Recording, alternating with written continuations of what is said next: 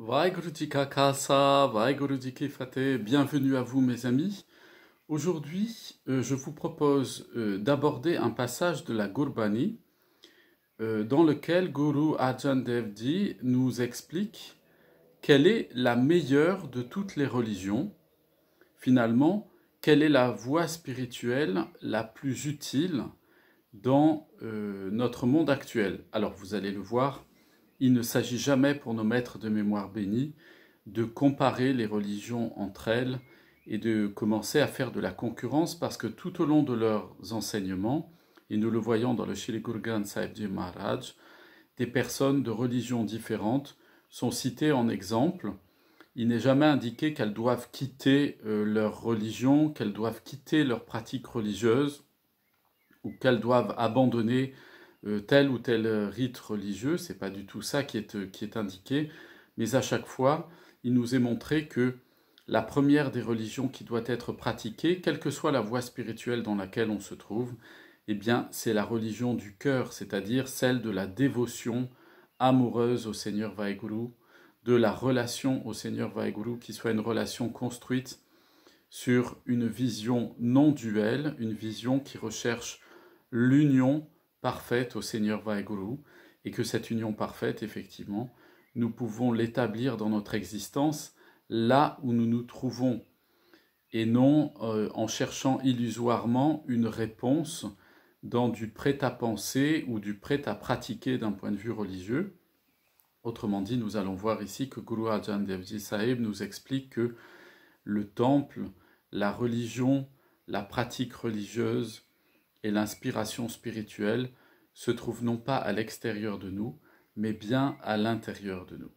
Et pour cela, nous allons nous rendre au Ang 266, au verset 13, et nous allons lire aussi les versets suivants. Nous y entendons Sarab Taram me Sarsat Taram. Autrement dit, de toutes les religions, la meilleure religion, Har Konam Jap Nirmal Karam, c'est de chanter le nom du Seigneur Dieu et de maintenir Nirmal Karam, un comportement pur, c'est-à-dire un comportement conforme au chemin spirituel que l'on a pris, que l'on a choisi, que l'on a emprunté, sur lequel nous nous trouvons. Il poursuit Sagal Kirame Utam Kiriya, c'est-à-dire de tous les rituels religieux, eh bien, le plus sublime de tous ces rituels, c'est Satsang Durmat Malhiriya. C'est d'enlever la saleté, l'impureté, j'essaie de le traduire le mieux possible, d'enlever la saleté qui se trouve dans l'esprit, dans le mental, au milieu de l'assemblée des dévots, de l'assemblée des saints. Qu'est-ce que c'est que les dévots, les saints? Ce sont tous ceux qui se mettent sur le chemin de la vie spirituelle dans une adoration du Seigneur Vaheguru, c'est-à-dire, évidemment, ça prend des formes différentes, mais tous ceux qui ont un chemin dévotionnel d'adoration du Seigneur Dieu, eh bien, constituent cette satsangat, c'est-à-dire cette assemblée de ceux qui adorent le principe unique, source de toute chose. Autrement dit, de tous ceux qui sont dans la recherche de l'unité avec le Seigneur, et non pas de la séparation, de la dualité et de la division. Guru Arjan Dev Ji Sahib poursuit en nous disant Sagal Udame me Udame Pala, de tous les efforts, le plus grand des efforts, le meilleur des efforts, Harikanam Japauji Asata, c'est de chanter le nom du Seigneur dans son cœur continuellement.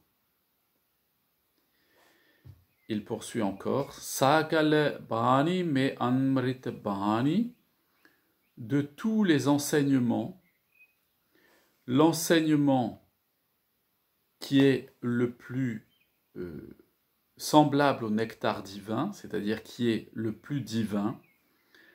Harkojas sunarasan bakani, c'est d'entendre les louanges du Seigneur et de chanter ces louanges, cette louange-là, de la chanter avec sa bouche, avec sa langue.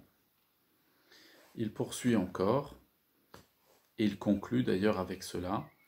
Sagale tan te o utam tan, de tous les lieux, le lieu le plus sublime, le plus excellent de tous les lieux, donc on entend ici de tous les lieux spirituels, de tous les lieux sacrés, de tous les lieux sacrés, le plus sublime des lieux sacrés, Nanak Tikat Vase Harinam, O Nanak, c'est le lieu sacré du cœur dans lequel réside le nom du Seigneur Vaheguru. Et vous voyez, mes amis, dans cet enseignement, il n'appelle pas beaucoup de commentaires de ma part, ce serait d'ailleurs presque présomptueux de vouloir commenter tant l'enseignement ici est développé d'une façon claire et concrète. C'est que Guru Arjan Dev Ji Sahib nous explique ici que nous ne devons jamais nous arrêter à l'apparence des choses. Nous ne devons jamais regarder chez les autres, chez l'autre, y compris chez nous-mêmes, uniquement ce que nos yeux voient, ce que nos oreilles entendent et ce que nous pouvons percevoir de manière sensitive dans la relation aux autres. Pourquoi ? Parce que, mes amis, lorsque nous faisons cela, eh bien, nous nous trouvons dans une situation qui devient spirituellement très inconfortable parce que nous allons nous arrêter à des détails. Et malheureusement, dans beaucoup de religions, et le sikhisme dans sa version en tant que grande religion, puisque c'est la 5e grande religion mondiale, mais toutes les religions sont ainsi, et tous les humains, dès qu'ils développent un comportement religieux, connaissent ce dévoiement-là. Les religions ont toute tendance à vouloir formater les individus, à vouloir, à un moment donné, annihiler chez l'individu ce qui le rendrait légèrement différent de ses frères et de ses sœurs, qui le rendrait légèrement différent. Or, ici, nous entendons clairement qu'il ne s'agit pas dans la vie spirituelle d'une question extérieure. La vie spirituelle est une question intérieure. Elle appartient au domaine du antar, au domaine du fort interne, de l'intériorité. Et comme nous venons de l'entendre dans la conclusion de ce slok-là, Guru Arjan Dev Ji nous dit Sakaletan te o utam Nanak Tikat Vase Harinam, de tous les lieux, le plus sublime de tous les lieux sacrés, c'est le cœur humain lui-même, dans lequel réside, c'est-à-dire la conscience, dans lequel réside le nom du Seigneur créateur de toutes choses. Et le nom du Seigneur créateur de toutes choses, c'est la présence de sa présence. Et au travers de cela, Guru Arjan Dev Ji Sahib nous dit n'entrez pas dans une vision qui est une vision d'une religion qui serait une religion de la dualité. Dans la religion de la dualité, les gens s'arrêtent à des détails. Ils vont demander aux autres « Pourquoi es-tu marié ? Pourquoi n'es-tu pas marié ?» Si la religion dit qu'il faut éviter de se marier, les gens vont dire « Mais à celui qui se marie, pour quelle raison te maries-tu » Si la religion invite fortement, si ce n'est contraint, à se marier, les autres vont passer leur temps à dire à celui qui ne l'est pas « Pourquoi n'es-tu pas marié ?» De la même manière, si la religion dit qu'il faut jeûner ce jour-là, les autres diront « Pour quelle raison toi tu ne jeûnes pas ce jour-là » Si la religion dit « Il ne faut pas jeûner, c'est un rituel vide et inutile », eh bien si quelqu'un jeûne, on lui dira alors « Pour quelle raison jeûnes-tu » Et donc on va passer son temps à remettre en question l'existence des autres, parce que c'est de ça, mes amis, dont il s'agit, et à se faire le juge de son frère, le juge de sa sœur. Et comme je le disais précédemment dans l'enseignement sur la question de la médisance, eh bien, tout cela provient toujours d'une attitude qui est une attitude conjuguée du maya et du homé, de l'illusion et de l'ego. L'illusion et l'ego font un couple infernal, constituent tous les deux un couple infernal, qui nous pose immédiatement dans une situation de jugement vis-à-vis des autres, mais plus encore que cela, lorsque on laisse en nous l'illusion et l'ego en quelque sorte s'unir pour diriger notre existence, ils vont mettre des freins à notre vie spirituelle. Or, mes amis, la vie spirituelle, comme l'enseignent nos maîtres de mémoire bénis, c'est l'ouverture aux autres, la capacité à regarder le réel pour ce qu'il est, et non pas à vouloir qu'il corresponde à nos propres schémas mentaux. Parce que c'est ça finalement qui constitue l'attitude religieuse sans vie spirituelle. C'est une attitude de jugement permanent dans lequel on est tout le temps en train de mesurer les autres pour vérifier s'ils sont suffisamment religieux ou pas. Et on confond d'ailleurs dans cette attitude-là dévoyée, on confond la vie spirituelle et l'apparence religieuse. Ainsi, mes amis, Guru Arjan Devji nous enseigne bien aujourd'hui que de toutes les religions, la meilleure des religions, c'est celle qui manifeste cet amour permanent à l'égard du Seigneur Vaheguru et donc une attitude bienveillante et compassionnelle à l'égard de toutes ses créatures, puisqu'il n'y a pas de distinction entre le Créateur et ses créatures. Comment pourrions-nous aimer Dieu et en même temps détester sa création, détester ses créatures et notamment détester les autres?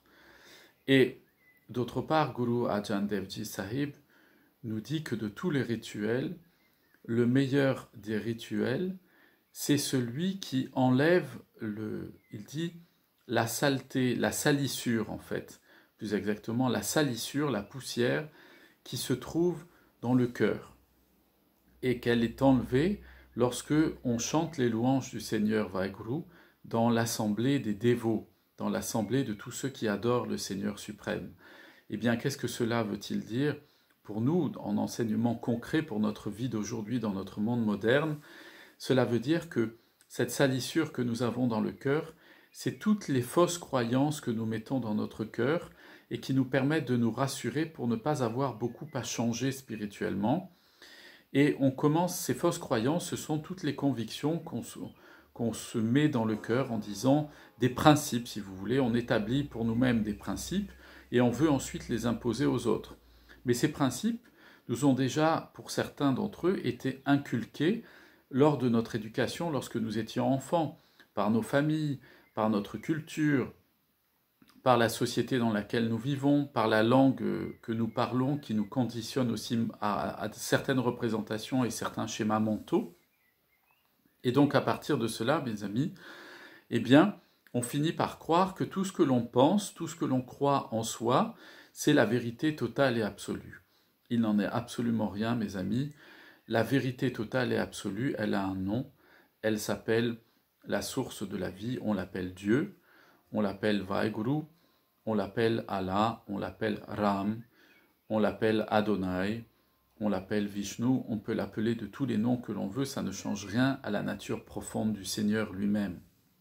D'ailleurs, nos maîtres de mémoire bénis, comme j'ai eu l'occasion déjà d'enseigner à ce sujet-là, nous ont expliqué qu'on pouvait appeler le Seigneur Vaheguru soit notre Père, soit notre Mère, soit notre Père et notre Mère, et ils nous ont rappelé sans cesse, en parlant du Seigneur Vaheguru, qu'il a tous les noms et qu'il n'en a aucun, c'est-à-dire qu'il est à la fois accessible à nous tous, sous la forme religieuse qui est la nôtre, et en même temps, il nous dépassera toujours, parce qu'il dépassera toujours les limitations de notre mental qui se manifestent souvent sous la forme des différentes philosophies religieuses, des différentes théologies religieuses. Il ne faut jamais oublier cela, c'est qu'aucune religion ne peut exprimer la réalité absolue et totale de cette source de la vie que nous nommons Dieu et que nous devons toujours, comme nous l'enseigne Guru Arjan Devji, savoir que l'espace le plus sacré, le temple le plus sacré qui existe pour la dévotion et les rites que nous devons accomplir à l'égard du Seigneur Vaheguru, eh bien ce temple sacré, c'est pas la peine de courir à travers le monde pour aller le trouver. Vous l'avez en vous-même. Guru Arjan Dev Ji Sahib nous dit, c'est votre cœur le temple sacré.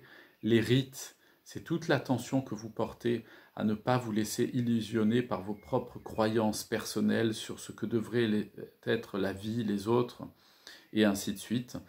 Et enfin, eh bien, que vous puissiez en vous développer la religion la plus sublime parmi toutes les religions, qui est la religion de la compassion, de la bienveillance et de l'amour envers le Seigneur suprême et toute sa création. Je vous souhaite une excellente journée, mes amis. Je vous dis à très bientôt, plein de bénédictions sur vous, vos familles, vos amis, vos voisins et tous ceux que vous aimez.